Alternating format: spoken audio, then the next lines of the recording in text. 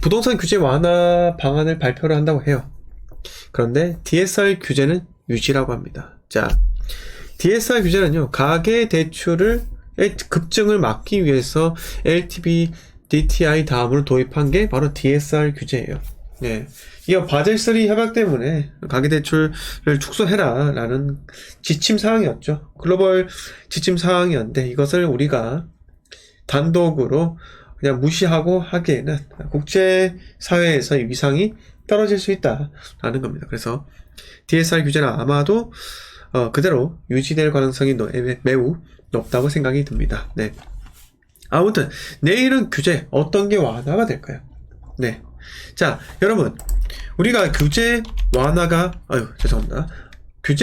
어떤 게 될지를 생각을 하기 전에 여러분들 생각하셨을 때 어떤 게 규제 악법일까요? 네. 여러분들 생각하실 때는 어떤 규제가 최악입니까? 최악의 부동산 규제. 뭐가 있을까요? 네. 임대차 입법. 임대차 입법이 있죠. 임대차 입법은요, 계약갱신 청구권. 계약갱신 청구권하고 임대료 상한이죠. 상한 5%. 네. 임대차 입법 아닙니까? 시장 논리에 맡겨야 되는데 인위적으로 정부에서 컨트롤했다가 결국은 망해버린 거죠. 네, 시장이 지금 박살이 난 겁니다. 자, 두 번째 뭡니까? 두 번째, 네, 임대차 입법, 최악의 부동산 규제. 두 번째 뭐였어요? 양도세 중과. 팔지도 못하게 했더라. 네, 이게 24년 5월까지인가요? 24년 6월까지 이렇게 연장이 유예가 되는 거죠. 일단 유예다. 네, 유예다. 세 번째 뭡니까? 최강의 빌런입니다. 뭐라고요? 잘 모르세요? 기억 안 나세요? 최종 1주택 보유기간 기산점 변경. 네, 원래 A랑 B 주택이 두 개가 있잖아요. 과거에는요, 내가 동시에 두 개의 주택을 취득을 했으면요, 2년이 지났을 때 한 채를 일반 가세를 매도하고, 네, 그 다음에 남은 주택을 바로 매도를 하잖아요. 그럼 마지막으로 매도한 주택은 비과세를 받을 수 있었어요. 그러나 최종 1주택 보유기간 기산점 변경이, 이런 최악의 악법이 도입이 되면서 내가 두 채 중에 한 채를 일반 과세로 정리를 했더라면, 네, 그 한 채를 매도한 그 시점이 바로 마지막 최종 1주택이 보유기간이 다시 기산이 된다. 네, 그러니까 먼저 양도한 주택의 양도일이 마지막 남은 그 주택의 취득일이 된다. 다시 마지막 남은 그 최종 1주택을 보유를 다시 2년을 해야지만은 비과세 해주겠다는 의미입니다. 자, 그 말이 뭐다? 이렇게 하면 장기보유 특별공제까지 다 막는 거예요. 네. 이게 개판입니다. 정부에서 여러분들의 세금을 뜯어내려고 공무원을 시켜가지고, 네, 그런 수법들을 쓴 거예요. 그리고 세무사 안 통하면요, 절대로 세금 신고를 제대로 할 수 없게끔 그렇게 만들어 놨습니다. 그런 식이었다고요. 네. 그런데 이건요, 윤 정권이 들어와서 바로 없애버렸습니다. 이거야말로 이건 없애야 돼요. 네. 그래서 폐지를 해버렸죠. 자, 네 번째 있습니다. 네 번째.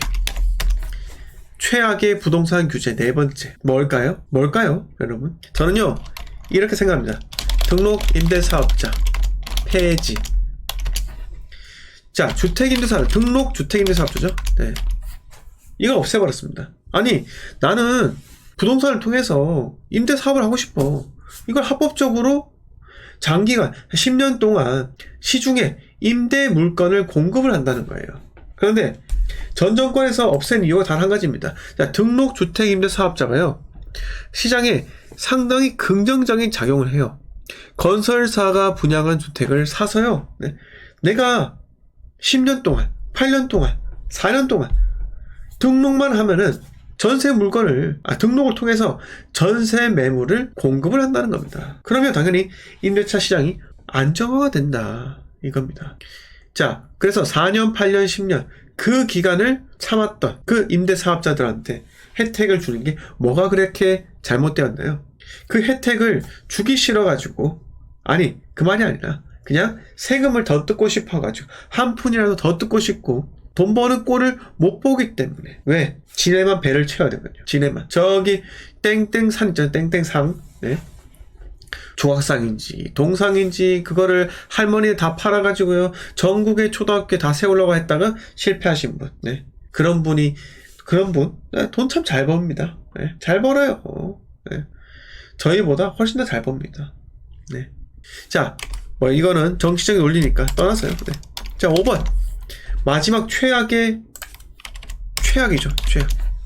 최악 중에 최악. 부동산을 그냥 개박살내게 장본인. 네. 뭡니까? 바로 여러분들이 잘 아시는 취득세 중과입니다. 취득세 중과 8%, 8.4%, 그리고 12.4%. 이거예요. 참 이게 악법이에요. 취득세 중과를 한다라는 것은 더 이상의 다주택자가 비록 등록임대사업자 제도는 폐지되었지만 난 세금 보유세 내고 한번 사업 한번 해볼게요 라고 하는 사람들도 다 막고요. 투자를 하겠다는 사람들도 다 막으니까 아파트 신축 미분양 나잖아요. 미분양 나면 그거를 다주택자가 주워가야 되는데 그걸 다 막아놨잖아요. 왜? 취득세 중과가 어마어마하기 때문입니다. 자, 5억짜리 사면요. 여러분 얼마네요? 세금이? 예? 4,200만 원이 취득세예요. 취득세. 4,200만 원. 그러면 4,200만 원 더 비싸게 주고 사는 겁니다. 그러니까 마피가 뜨는 거죠. 마피가. 안 그렇습니까? 수요자가 없잖아요. 수요가 없으니까 마피가 뜨는 겁니다. 이게 바로 지금 현재 부동산 시장을 교란을 하고 대폭락시킨, 즉 수요를 그냥 원천 차단을 시켜버리는 이런 시장이 열렸다는 겁니다. 자, 그런데 취득세 중과에서 벗어나기 위해서 사람들이 아우성을 쳤는데요. 그때 이제 우회 방안이 있었죠. 그게 뭡니까? 여러분 아세요? 취득세 중과에 우회하는 투자, 취득세 중과를 우회하고자 하는 그 투자 뭐뭐 있습니까? 아실 건데요. 제가 늘 지겹고 지루하지만 반복하는 그거잖아요. 뭡니까? 네, 에세이님께서 말씀하셨습니다. 오피스텔. 또 맞습니다. 팝콘님 정확합니다. 공시가 1억이야. 아파트. 또 뭐가 있습니까? 잘 아실 건데요. 네, 선무자님 맞습니다. 생숙. 백숙도 아니고 생숙이에요. 생활형 숙박시설. 자, 선무자님께서 맞추셨습니다. 지산, 지식산업센터. 네. 자, 오피스텔은요 4.6%예요. 지산도 마찬가지 4.6%. 생활형 숙박시설도 마찬가지일 겁니다. 정확하게 갑자기 세금이 기억이 나질 않는데 아무튼 간에 공시가 1억이야 아파트는요 1.1%예요. 1.1%. 네. 그런데 상식적으로 봤을 때 공시가 1억이 아파트는요 제가 봤을 때는 재건축 가능성이 충분하기 때문에 잘만 찾으면요 그거야 수익률 600% 오르는 건 쉬웠어요. 갭 500 넣고요 3천만 원 오르면요 6배잖아요. 그러니까 600%죠. 600%. 자, 그런데 공시가 1억 이하로 막 몰립니다. 최대 피해자가 뭐예요? 공시가 1억을 갓 넘기는 아파트. 즉 매매가가 한 1억 5천이에요. 근데 취득세 중과에 걸리잖아요. 12.4%. 얼마예요? 거의 1,800만 원 취득세를 내는 겁니다. 그런데 잘 생각해 보세요. 작년에 그리고 올 초 2021년도 연말 2022년도 연말 나도 공시가 1억 이상 12.4% 내고 지금도 사고 있습니다 라고 이야기했던 수많은 부동산 강사 선수들이 있습니다. 그 여자분도 있어요. 여자분 제가 뭐 누구라고 말씀은 못 드리겠는데 그때 본인이 난 지금도 사고 있다고 계속 모아가고 있다고 이렇게 이야기하시는데 지금 개박살났어요. 네, 지금 보이지가 않습니다. 보이지가 않아요. 정말 잘못된 게 뭐냐. 자, 제가 말씀드리고 싶은 게 그거예요. 여러분 도대체 왜